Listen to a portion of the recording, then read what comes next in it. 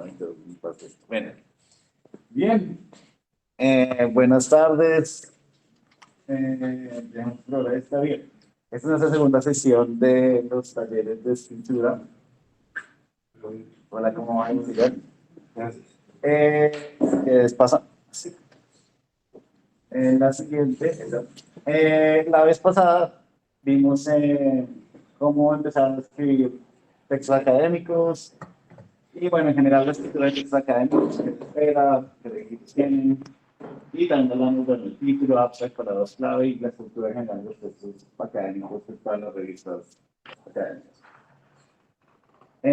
Lo que queremos ver hoy es qué hacer con esos textos. Entonces, cómo se mandan las revistas, qué revistas se pueden mandar, y también cómo se vuelven ponencias para presentar en una conferencia o en un evento académico diferente. Bien. Yo creo que puedo mandarles después de la presentación a los que no vienen a todos. Puedo mandarles las. Si quieren, nos los mandas a nosotros y nosotros lo repartimos el correo que tenemos. Porque, pues, tengo que ver información. Entonces, comencemos. Siguiente. Bien. Entonces, voy a hablar un poco de las revistas académicas. No sé si estén familiarizados con esto, pero pues cuando va avanzando un poco en la carrera y se gradúa, bueno, y empieza a publicar, pues tiene que ir pues, familiarizándose con las revistas y los journals y bueno, diferentes nombres que tienen, pero en general son revistas académicas que tienen una función específica que es dar a conocer los resultados de las investigaciones.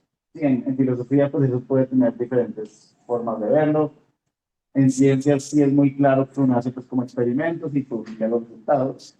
En filosofía, en literatura y en humanidades pues puede ser un poquito diferente. Pero básicamente esa es la función. Y como dar a conocer mis ideas a otras personas. Eh, bien, generalmente se entiende que las revistas académicas tienen revisión de pares. Y es que uno manda el artículo y alguien más lo revisa. Pues un par es un par académico, alguien con un nivel de experiencia semejante en la academia y revisa pues si puede entrar a la revista o no, ese artículo. Bien, se suele dividir esas revistas en indexadas y no indexadas. Es una primera subdivisión que tienen las revistas. Indexación significa que pertenecen a unos índices, a unas bibliografías y bases de datos. En Colombia se usa Publindex generalmente, que es como la local, la de ciencias, la de conciencias, o cómo se llama eso ahora, el Ministerio de Ciencias, de Ciencias. Pero existen otras como unas bien conocidas, Scopus y Cielo, pero hay muchas más, son como las más conocidas. Entonces, si uno logra que entre a esos índices, todos los requisitos, pues se va a tener una revista indexada. Bien.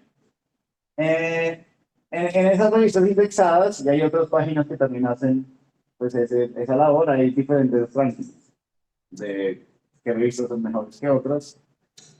Eso responde a varios factores, generalmente va a ser impacto, citación, prestigio, entre otros, pero esos son los más importantes.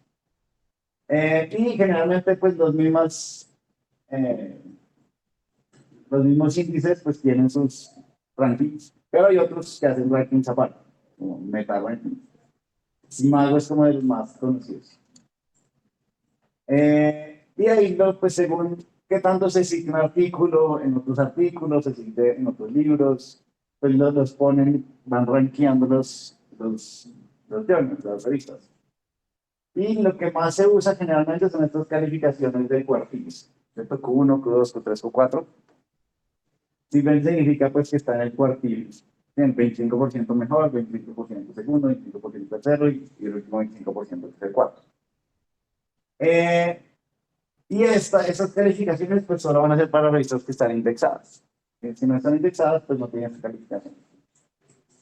Entonces bien, esto va a ser importante para saber dónde quiere uno publicar, ¿cierto? Y toca mirar qué tipo de artículos tiene, ya voy a hablar un poco más de eso, pero pues los rankings son bien importantes para saber eso. Entonces lo primero, generalmente si uno aplica o manda a revistas Q1, Q2, es para gente que es muy tesa. Ya, pues ahí pues, profesores con larga trayectoria, generalmente pues, tienen doctorado.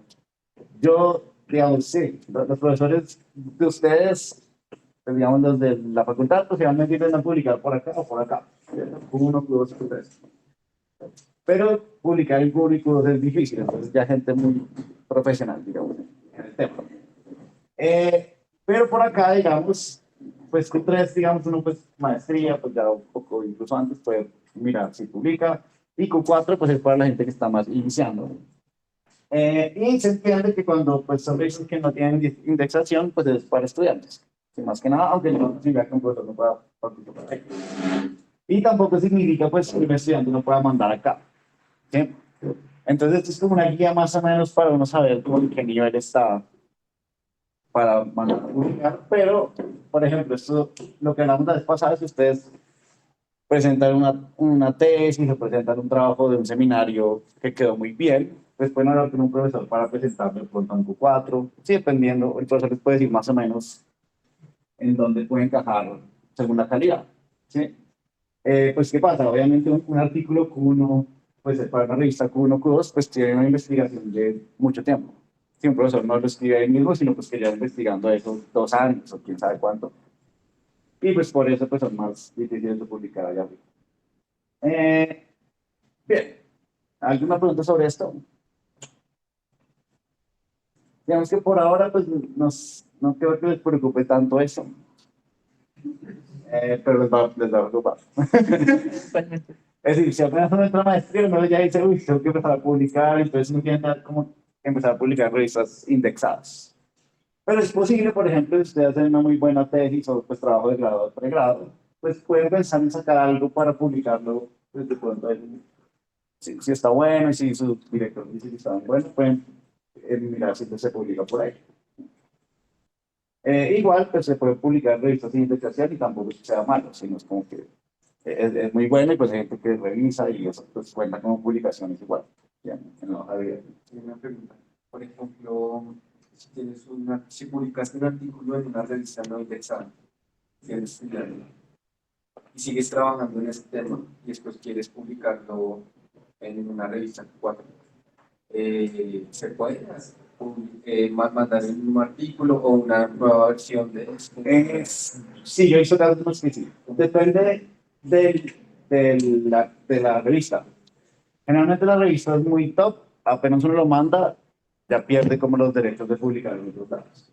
Pero revistas más abajo son, uno tiene acuerdos de publicación diferentes. Uno puede volverlo a publicar o publicar una traducción, por ejemplo, del mismo artículo. Pero sí, como las más altas sí no permiten eso. Pero yo sí he visto eso, como alguien publica cuando en un Q4, Q3 y después lo publica en Q1. Sí. Yo vi eso, sí, una revista rusa. Pero bueno, sí, eso puede ¿Una pasar. traducción? No era un artículo en inglés y después lo volvió a publicar en el mismo lugar.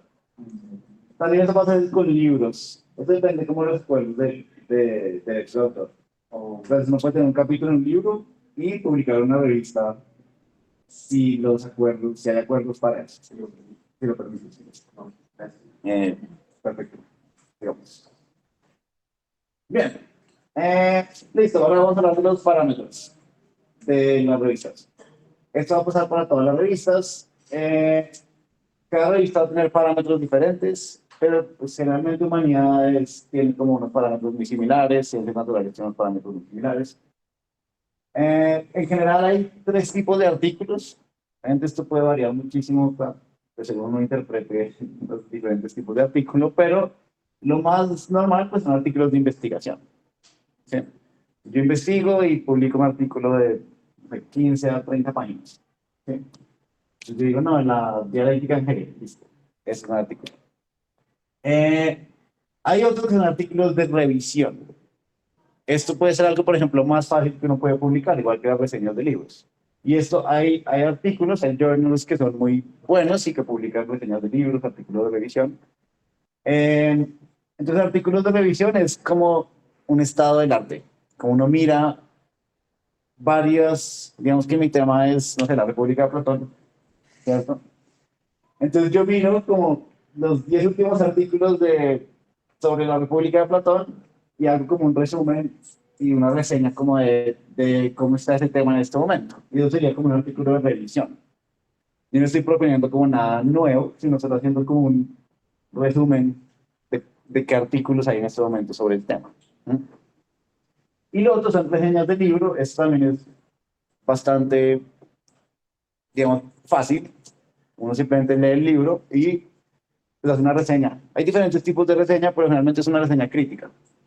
Si uno dice este libro tiene estas fortalezas, tiene estas debilidades, pero en general es muy bueno.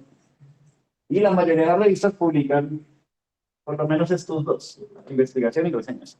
Y hay otros que publican pues las tres.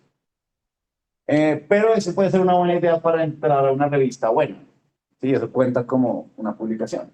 Si uno cuenta una revista un poquito más alta, haciendo reseñas de libros, que puede ser interesante.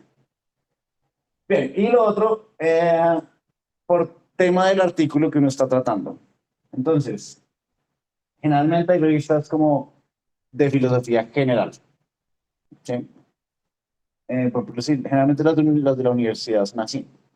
Sí, las de universidades son como una revista de la facultad que recibe cualquier tipo de artículo de filosofía.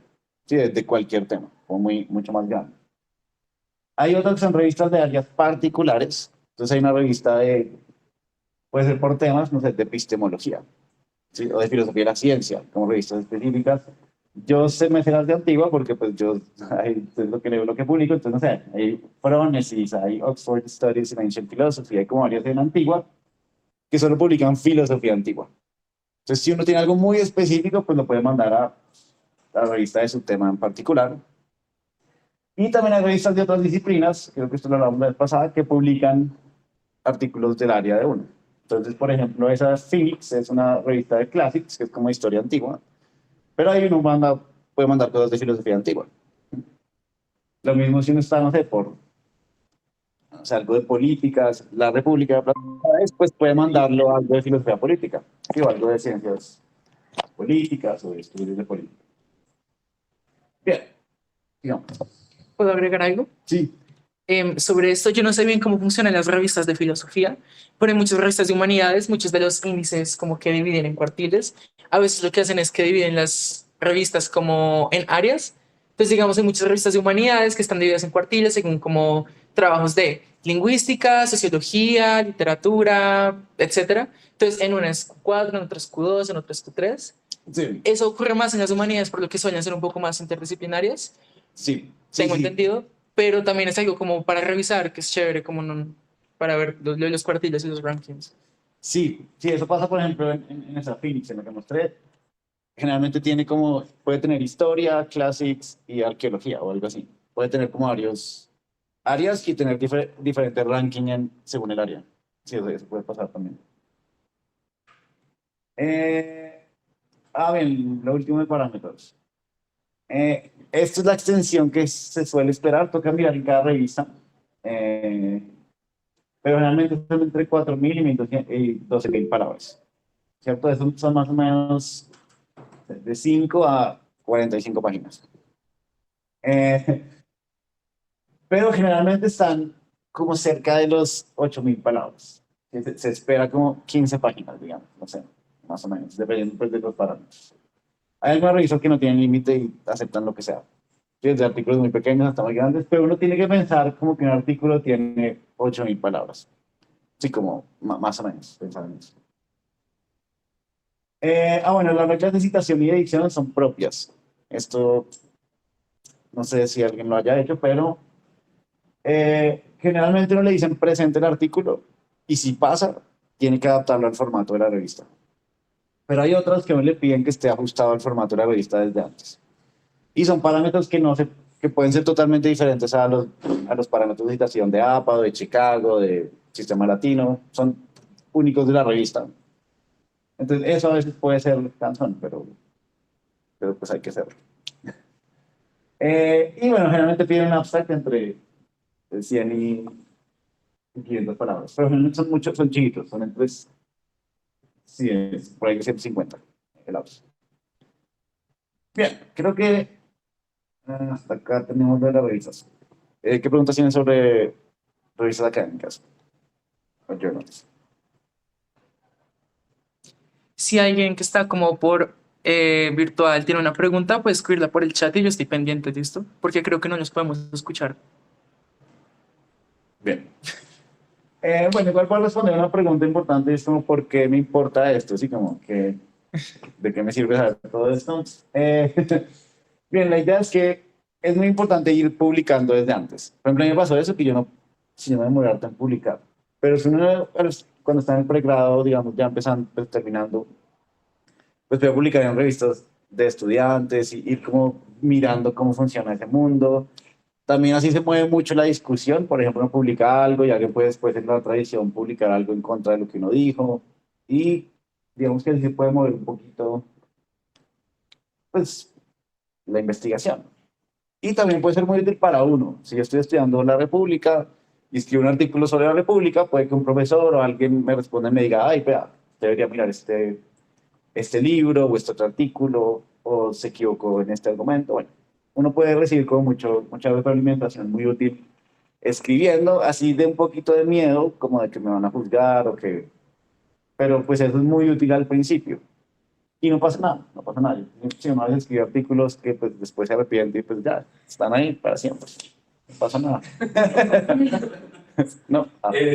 Pues ahí la pregunta que yo tenía es, ¿cómo qué tan limitada es la circulación de estas revistas? O sea, porque pues al menos yo vengo de literatura y como que se suelen ser vainas demasiado de nicho, o sea, como que lo lee solamente otras dos personas y una es como el tutor de la tesis de doctorado y otra persona en otro lado del mundo. Sí. Sí, eso sí.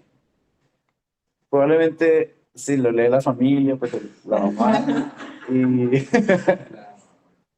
Sí, eso. Pero, no, pero sí, sí, no, yo creo que pues las revistas, igual lo hablamos, sí, no es un público gigante, no es, por ejemplo, hay otras opciones que pueden ser interesantes, por ejemplo, de hecho probablemente las revistas como de la universidad es posible que las lea más gente porque se circulan, sí, como que de pronto es más fácil por ahí. Sí, las revistas de estudiantes como que, sí, los estudiantes las leen. Mm, revistas muy especializadas ya es para gente muy especializada. Por ejemplo, si yo les digo de filosofía antigua, pues, por ejemplo, la gente cita mucho en griego, sí, van a pasajes muy específicos del Platón, entonces como que no es para todo el mundo, ¿sí? Entonces la lee solo gente como que ya esté como en ese, como que tenga ese conocimiento y esa especialización. Yo puedo responder también algo sobre eso. No sé si tú has visto Estudios Colombianos con Daniel Rubio. Bueno, un profesor de literatura. Usualmente el tema de publicar es muy útil como para los que son profesores y docentes de universidades, porque y usualmente como que les piden que estén siempre como publicando y revisan eso.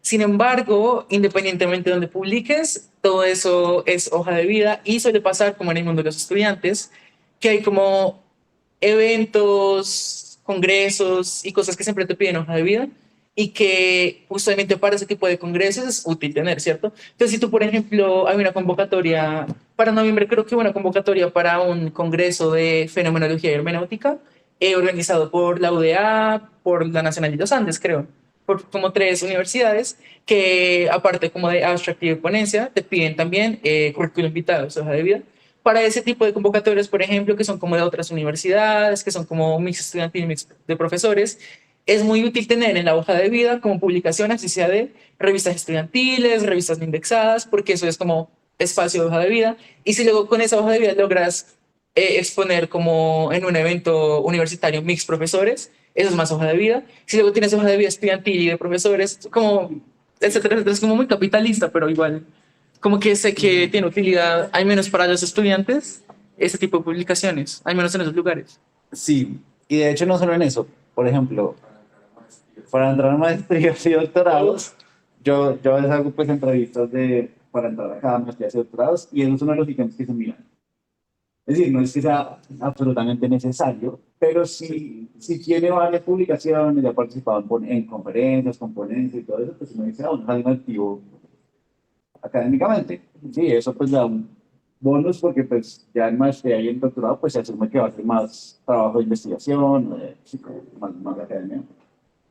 Entonces también sirve para eso, también sirve para entrar en la tesis de doctorado.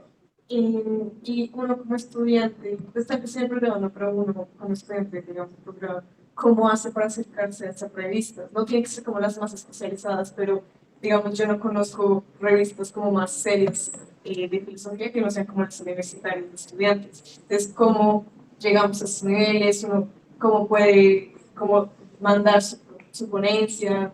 Ese mundo, ¿cómo funciona? Bien, hay varias opciones, pero en general, pues el primer contacto es la revista de estudiantes y la revista universitaria. Y por ahí pues uno se mueve al principio. Más adelante ya uno tiene como, empieza, pues hay lugares, por ejemplo, tienen bases de datos de las revistas, o si no se mete a las páginas de los rankings, por ejemplo la de Simago, ahí uno puede poner como por categorías. Yo puedo poner como filosofía, incluso filosofía antigua, y me sale como, estas son las revistas de mejor a peor, o según diferentes índices y rankings de esas revistas. Entonces yo puedo como pues, tener acceso a saber qué revistas no están activas en ese momento, pues como en esos índices. Revistas no indexadas, pues toca buscarlas un poquito más como activamente. Pero generalmente todas las revistas están conectadas a una universidad.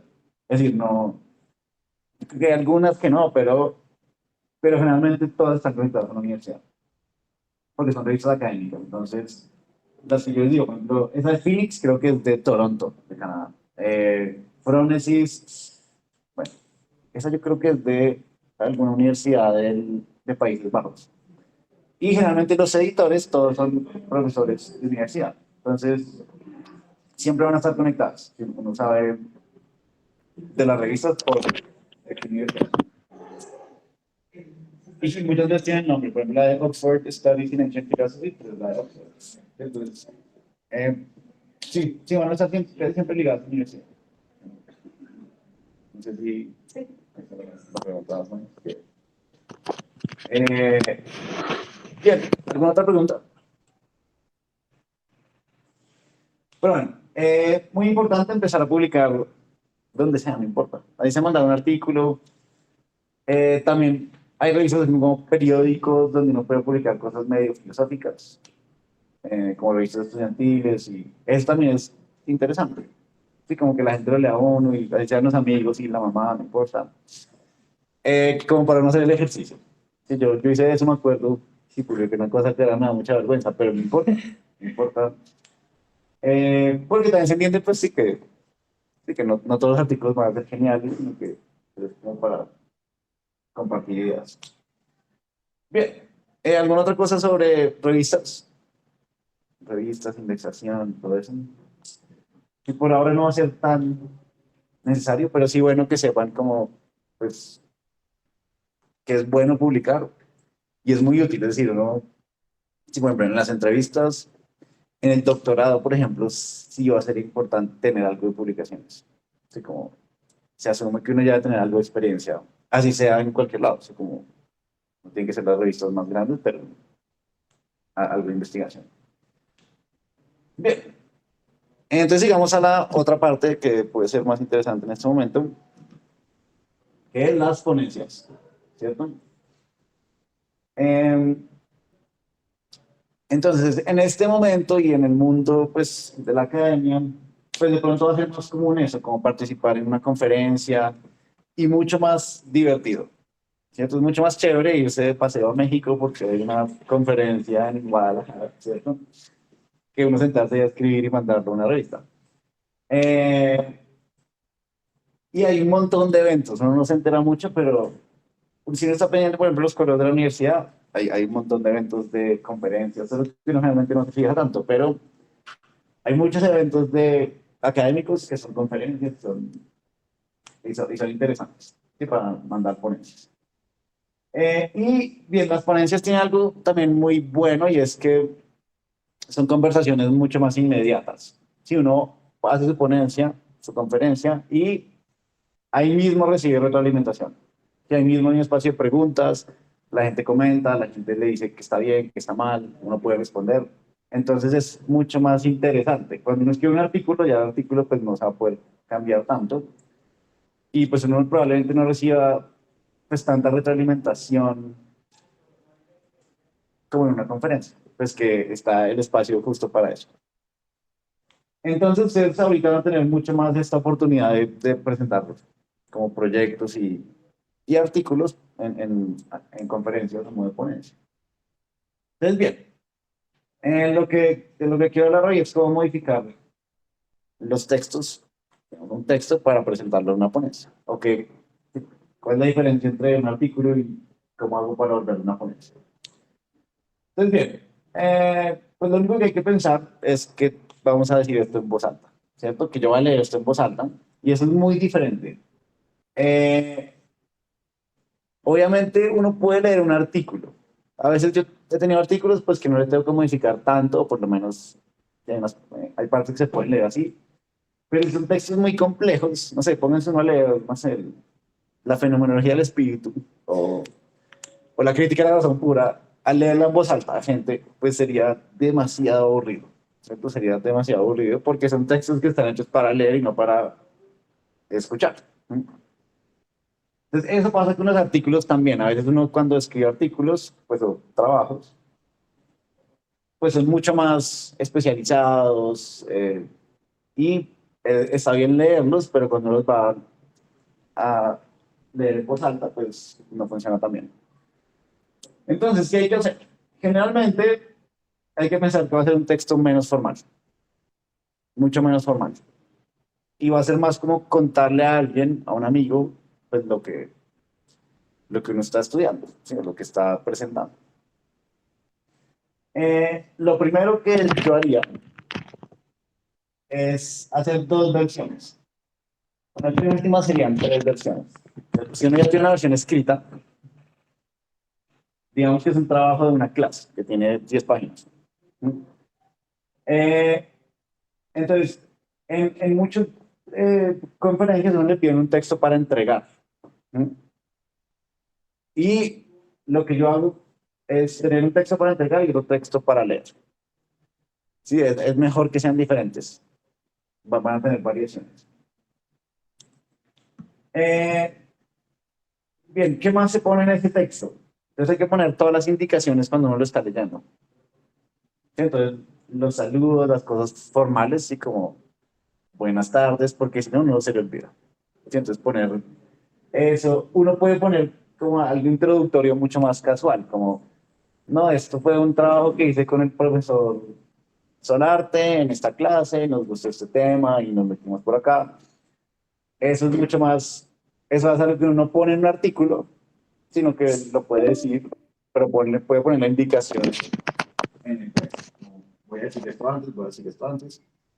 Voy a agradecerle a la gente, ¿no? Le agradezco al profesor, le agradezco a este amigo que me ayudó, con mi novia, lo que sea. Bien.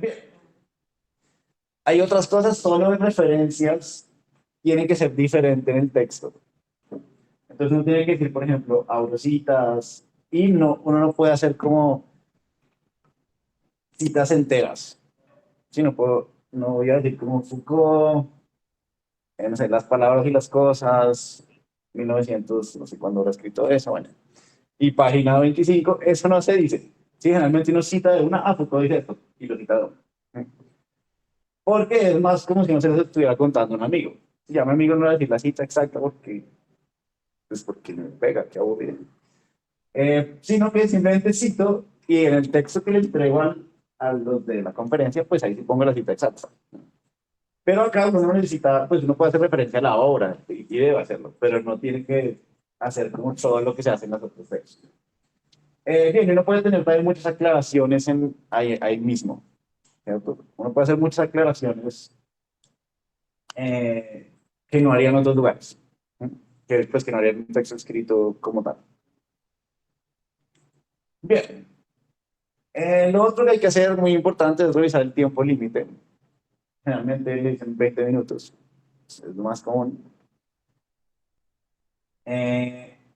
Y dejar espacio para las preguntas. Entonces, siempre que hay una conferencia, digamos que yo he organizado varias conferencias, siempre va a calcularse como que una persona presenta en 20 minutos y se hacen 10 para preguntas o algo así, o 5. Bueno, hay unos tiempos claros de eso. Y es muy importante dejar el espacio para las preguntas, Porque si no lo presenta y no le hacen preguntas, pues de nada le sirvió presentarse.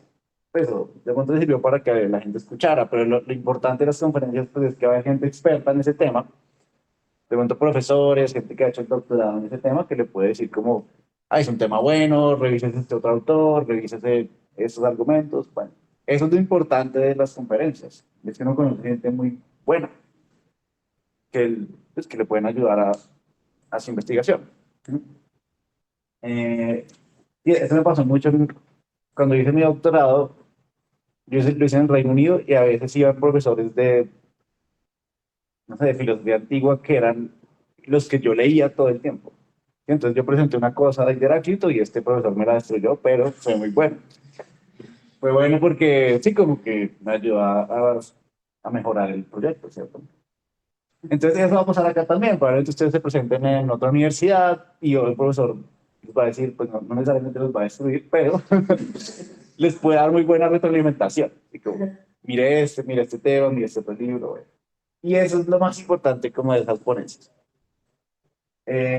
O también puede servir para, por ejemplo, si es una muy buena ponencia y ustedes están, después van a aplicar una maestría en, no sé, en la nacional.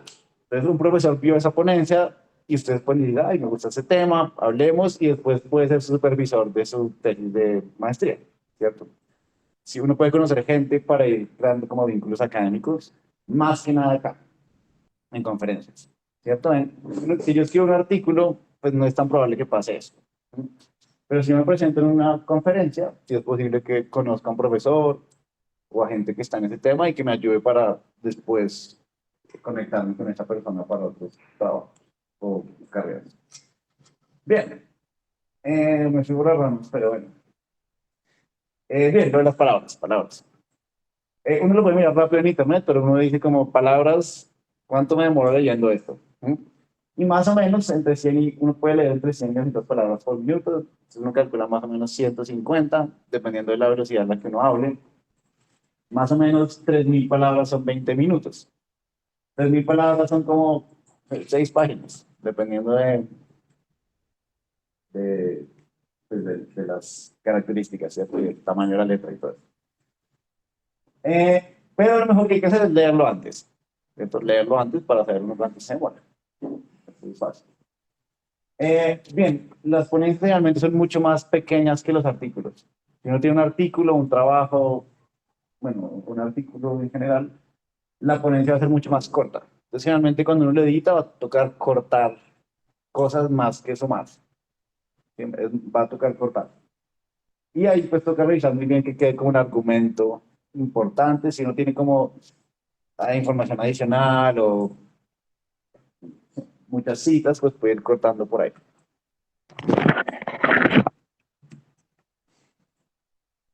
Listo.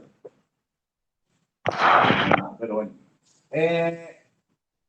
Lo más importante para leer es la claridad, ¿cierto? Y acá va a haber algunas diferencias con los textos escritos bien importantes. Pues lo primero es que uno debe aclarar cuando hay términos que son muy técnicos, muy especializados. ¿Sí? Entonces, si yo voy a una conferencia de filosofía antigua, me pongo a decir cosas en griego, pues de pronto la gente que no estudia griego no me va a entender bien y no va a ser muy claro, ¿cierto? O si empiezas a dar términos muy específicos. Y de hecho, si uno va a decir como cosas como, no, la epistemología fenomenológica de Hegel, alguna cosa así, pues es mejor no decir eso, sí, ¿no? Pues no sé qué significa eso tampoco, pero es mejor como ponerlo en términos mucho más fáciles. ¿Sí? Entonces puedo decir, no, en la teoría del conocimiento de Hegel o algo un poquito más tranquilo, porque cuando uno habla es mucho más difícil entender eso. Si yo soy un lector y leo epistemología fenomenológica de Hegel, pues puedo releerlo y como pensar qué es lo que está diciendo, pero si lo estoy escuchando, pues no tengo tanto tiempo para entenderlo. Entonces ahí es mejor que sea mucho más tranquilo el lenguaje. Obviamente depende de la audiencia. Si estoy en una conferencia de Hegel, pues está bien. Sí, ahí la mayoría de la gente va a saber de qué estoy hablando. Pero si es una audiencia, generalmente pasa eso, pues de filosofía en general, pues puedo como bajarle un poquito, o de humanidades, por ejemplo, puedo bajarle un poquito. Puedo usar tecnicismos y explicarlo. ¿Perdón? No podría usar tecnicismos y igual explicarlo. Sí, sí, sí. Sí, exacto, exacto.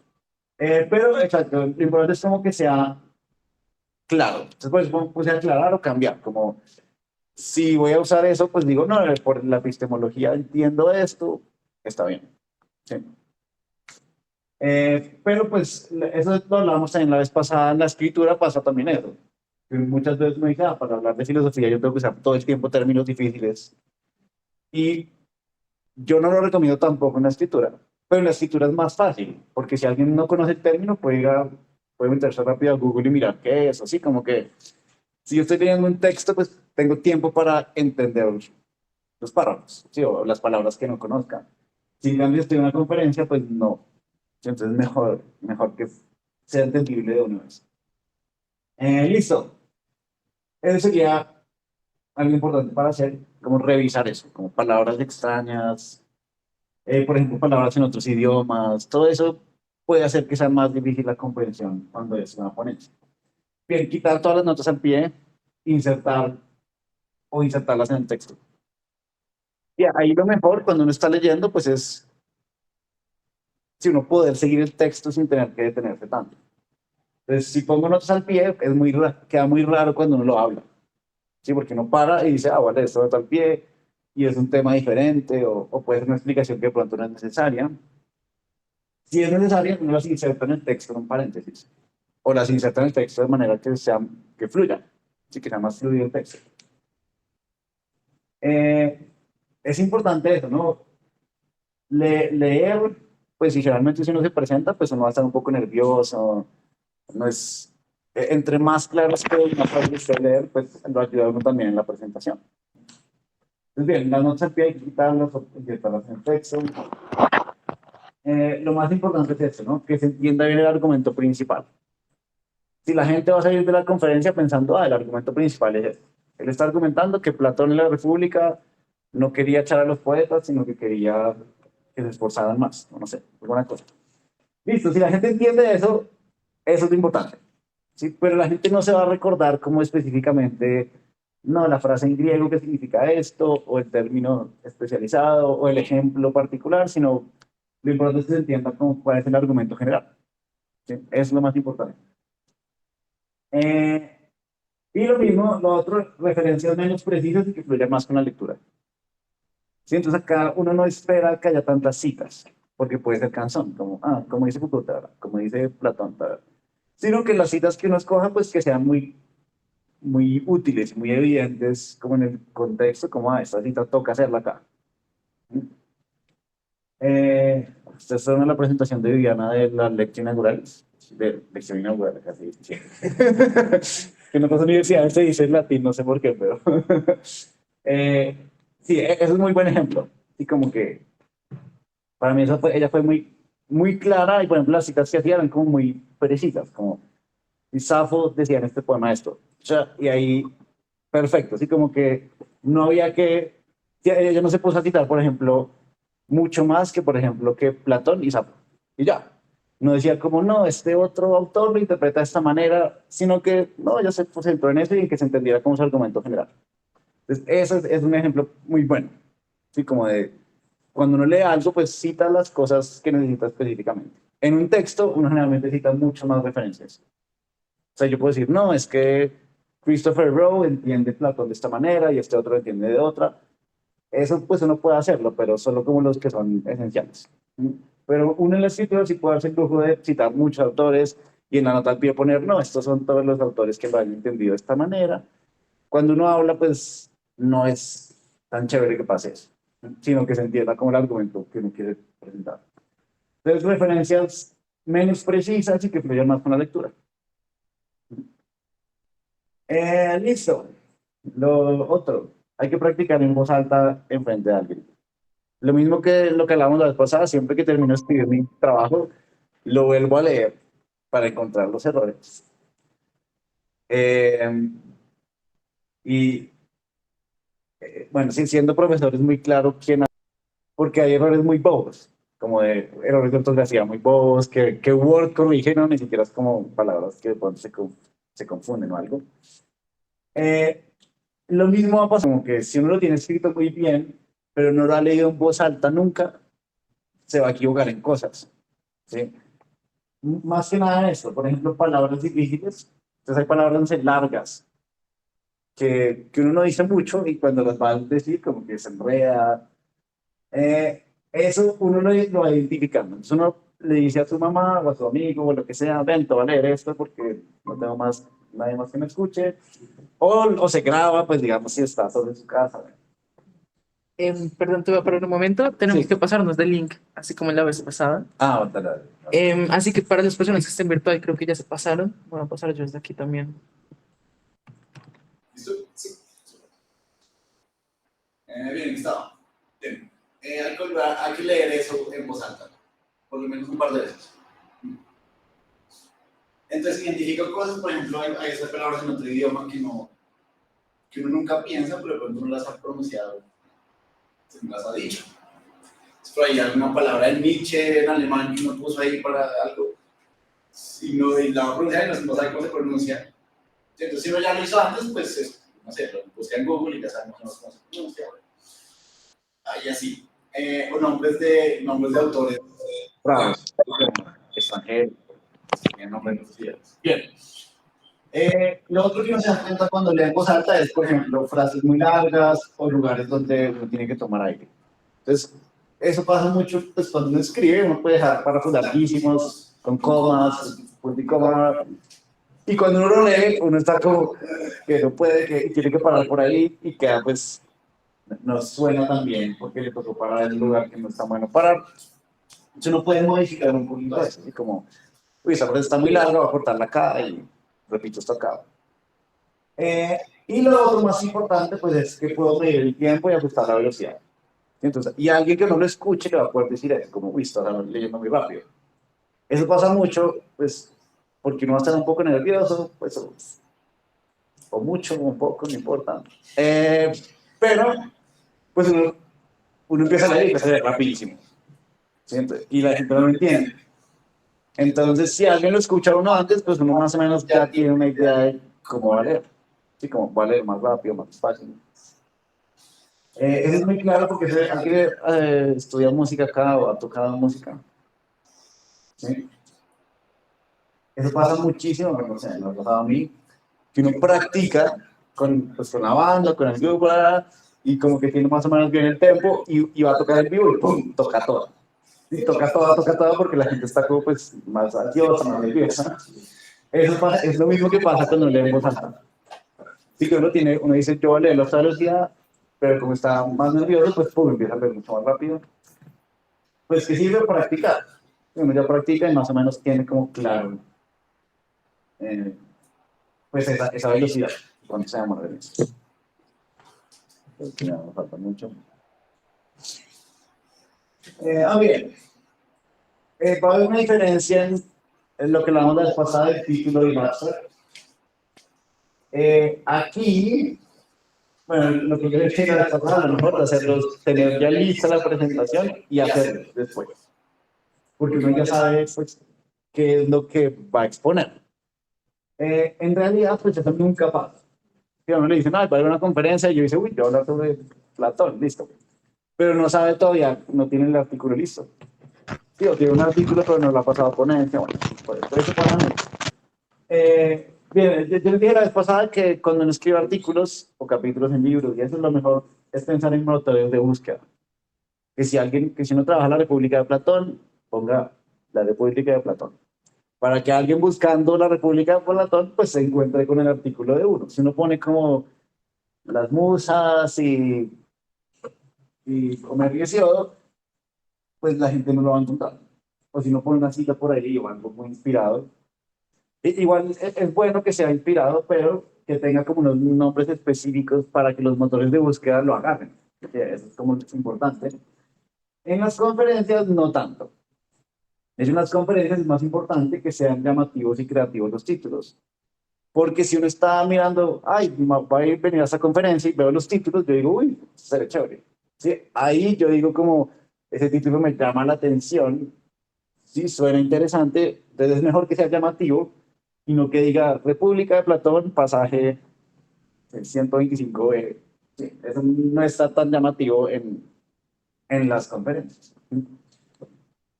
Eh, entonces, lo mismo el abstract, ¿cierto? El abstract es bueno que se entienda como cuál es el tema y que el tema esté de acuerdo con el evento, ¿no? Eso es lo que van a mirar pues, los jurados o los que revisen o los que hacen los paneles, ¿cierto? Los paneles generalmente las conferencias las dividen pues como en temas. Eh, o paneles, bien. Entonces, lo importante es que se entienda como que va bien en ese panel, ¿no? Entonces, si hay un panel de filosofía antigua, pues que sea claro que es filosofía antigua, cuál es el argumento, y por igual que sea llamativo. Y que sea llamativo porque los que leen el abstract pues, van a decir, ah, este texto se ve interesante, se ve chévere, ¿sí? No tanto que sea súper técnico, ¿cierto? Lo que hablamos como un artículo, pues sí es chévere que sea súper técnico y que sea como, no, esta parte, esta parte. Acá, pues de pronto es bueno que sea interesante, más que otra cosa. Sí, que sea interesante el tema. Bien. ¿Preguntas? ¿O dudas, comentarios? Yo tenía otras preguntas abajo, pero sí, sí. Yo tengo una pregunta. Eh, es que a mí la verdad se me hace horrible una ponencia, uno publicarla leyendo, o sea, como uno parado ahí con el computador, una hoja leyendo. Entonces, no sé por qué sé que pienso que es como diferente el asunto. Sí, igualmente uno puede presentar su ponencia sin estar leyendo, sino como haberla preparado solo para decirlo como hablado. O no sé si en filosofía eso está mal visto. En filosofía está mal visto. Es decir, hay gente que lo hace, pero en general, si uno dice ponencia, uno va y lee un texto. Sí, en general pasa eso. Y por ejemplo, en filosofía nunca se usa nada. Eso también es otra como regla. A ver, hay gente que lo hace, pero por ejemplo, yo no uso un PowerPoint o unas imágenes o algo detrás. Yo he visto algunos profesores que lo hacen, pero no es muy común. Sí, como que presentan una ponencia más hablada. O que de pronto van leyendo el texto, pero se van saltando, por ejemplo, la presentación. Eso lo he visto, pero no es nada común. Entonces sí es un poco más visto en filosofía. No creo que sea malo, pues no creo que sea, pero sí, sí. Se usa más en otros lugares, por ejemplo en ciencia y en eso se usa más explicar el tema con las diapositivas y esto, más en ciencias. En cambio en filosofía sí se espera que uno se ponga a leer ya. Pero yo creo que no puede ser creativo, creo que, no sé.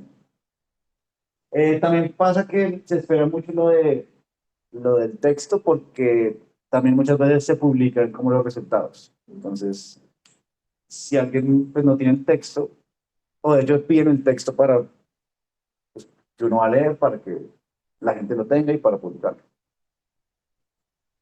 Entonces, sí, puede pasar. Pero uno puede hacer como lo de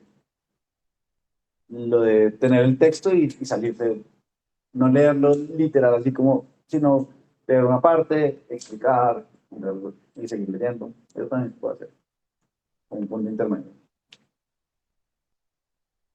Entonces, sí, No, que pues solo comenté que pues, me parece un poquito riesgoso ir sin el texto. sí, sí. Como también una ayudita ahí que nos sobre. Sí, sí. Vamos bien. Sí, yo creo que es riesgoso también. Pero sí, no, yo conozco profesores muy duros y todo que sí hacen eso, como leen un poquito y empiezan a hablar. O sea, sí, con el padre dice, no, es que tengo que explicar esto, y explican. Ah, bueno, y mi argumento va por acá. Y como que medio lo hablan, pero igual tienen como el texto.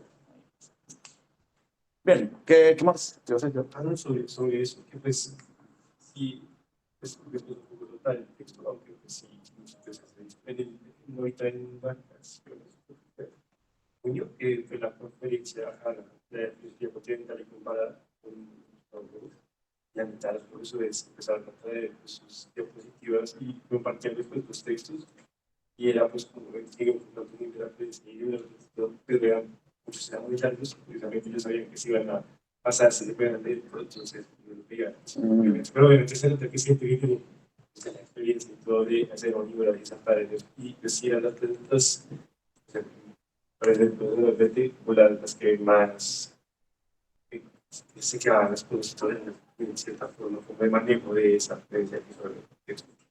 Aunque las del texto ya después leyéndolas, pues pueden ser muy interesantes, pero pues pasaba de que se terminaban perdiendo de tanto texto.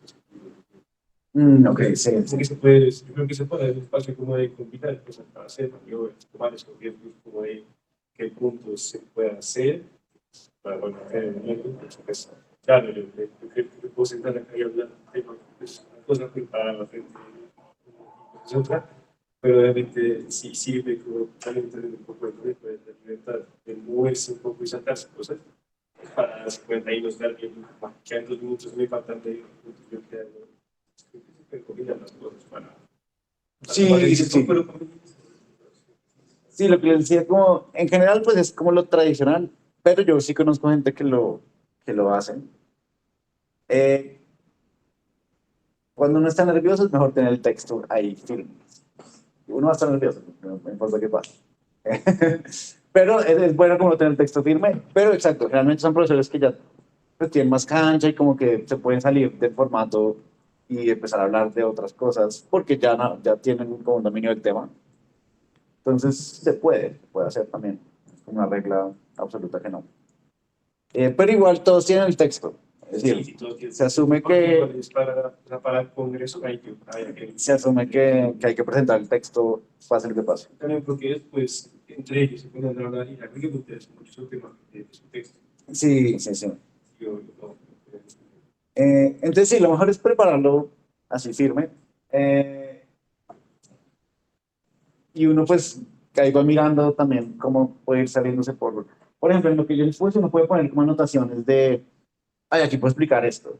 Y como salirse del texto, uno con anotaciones en el texto. Uno pone como, uy, aquí puedo explicar esto de esta palabra o esto de esta interpretación.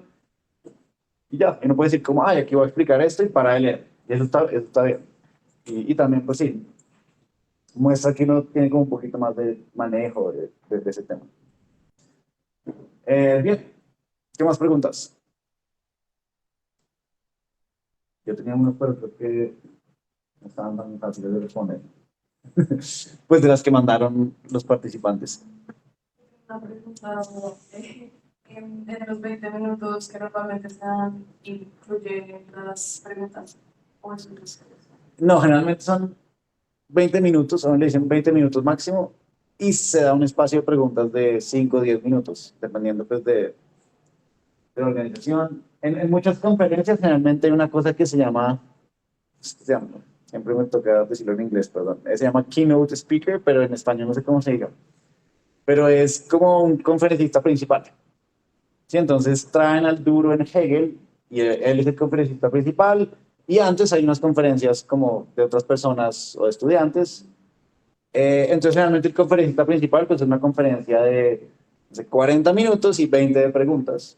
Y los demás son 20 minutos y 10 de preguntas. Pero generalmente en las conferencias siempre se hace espacio de preguntas. Y es importante también pues ir preparado para eso, ¿no? Como no saber qué le pueden preguntar, sino pues uno puede tener todas las preguntas preparadas, pero sí como, por ejemplo, es bueno leérselo a alguien, como que alguien le puede, antes uno un profesor o un amigo, la mamá, pues le puede decir como, ah, pero ¿qué es esto? Sí, uno más o menos puede hacerse una idea de qué le puede preguntar a alguien.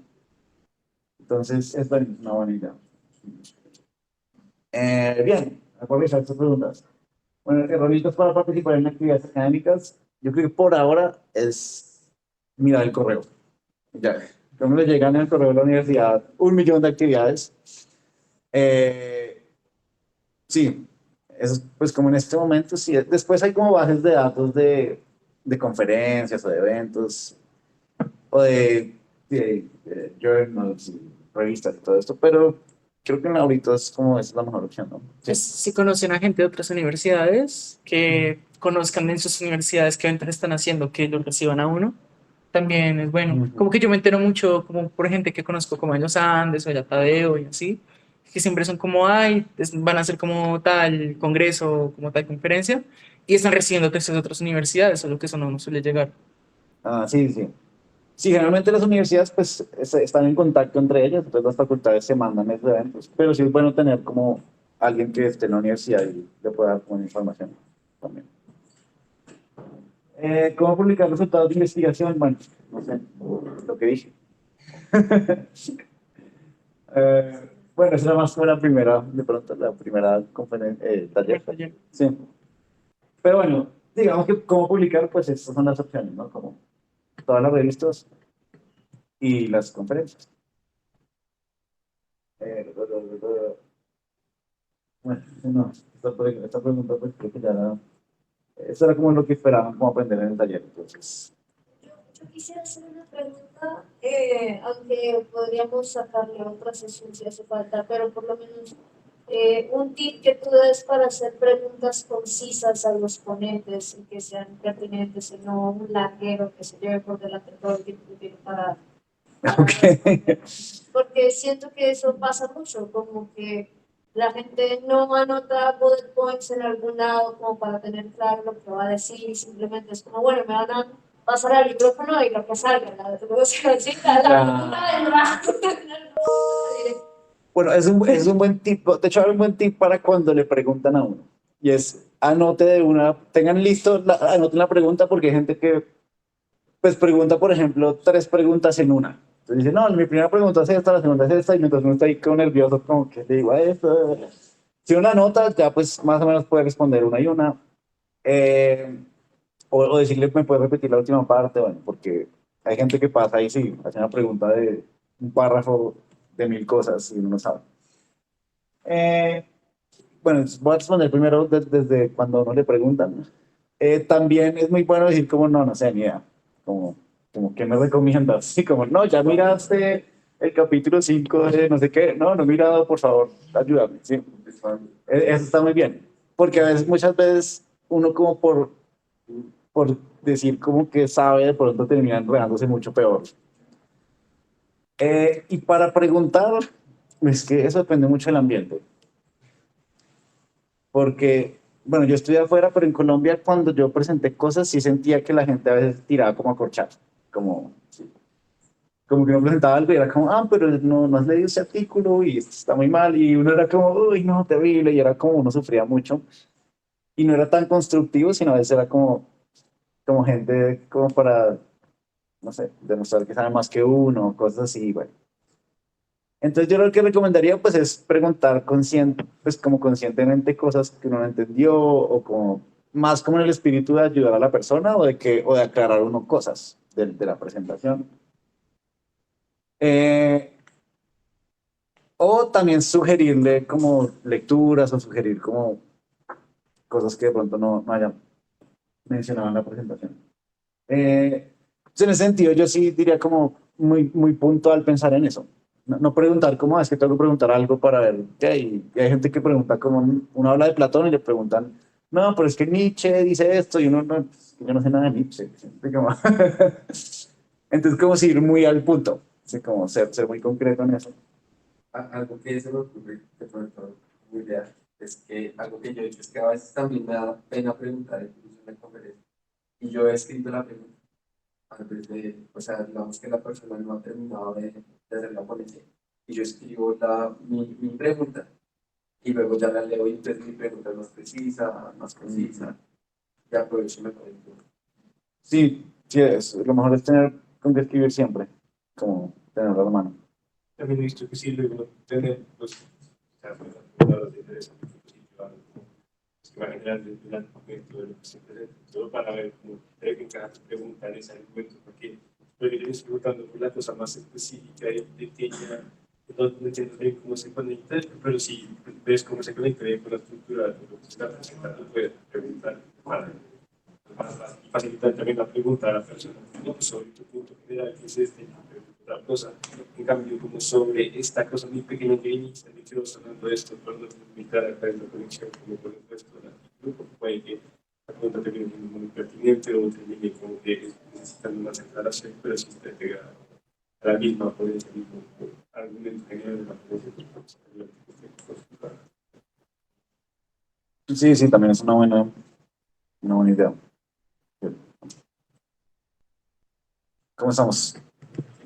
¿Ya es hora? Ya, sí, ya no. Sí. Sí, ya. Tengo algo acá. Bueno, alguien puso que tenía dudas generales sobre el formato APA, pero Eso sería otro otro taller. Pero bueno, lo mejor es buscar en internet. Yo tengo un lugar, bueno, si uno se mete a Ediciones Uniantes, ellos tienen como un resumen, un manual que es como un resumen de APA, Chicago y bueno, como otros tres, y Latino, y yo uso eso, porque son como 20 páginas de cada uno y ya, y uno no tiene que mirar como todo el manual. Y eso es el que lo dan los estudiantes también. Eh, Bien, no sé si hay más preguntas o dudas o algo. Espero que se animen a... Sí, que se ¿Al animen a coloquio? participar al coloquio.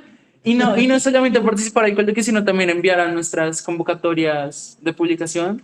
No es por nada, pero igual Cuadrante FI como revista lleva más de 20 años y muchos de los profesores que nos dan clase, como que Franco, que Viviana, que Juan Fernando, cuando Juan Fernando daba clase acá, la mayoría, si no es que casi todos, empezaron publicando y si ustedes se meten cuando se puedan meter, porque aún estamos publicando eso, como en las primeras ediciones, ustedes van a encontrar como a sus profesores de la edad que tenemos ahorita, publicando textos igual que los que nosotros publicamos ahorita. Entonces, para que vean que eso no es como ningún desperdicio, sino que es la carrera pues por la que uno empieza y que igual es chévere y que también hay propósitos en pasar a integrar un poco lo que hacemos en la revista con lo que hacemos en la universidad, en las clases en general, ¿no?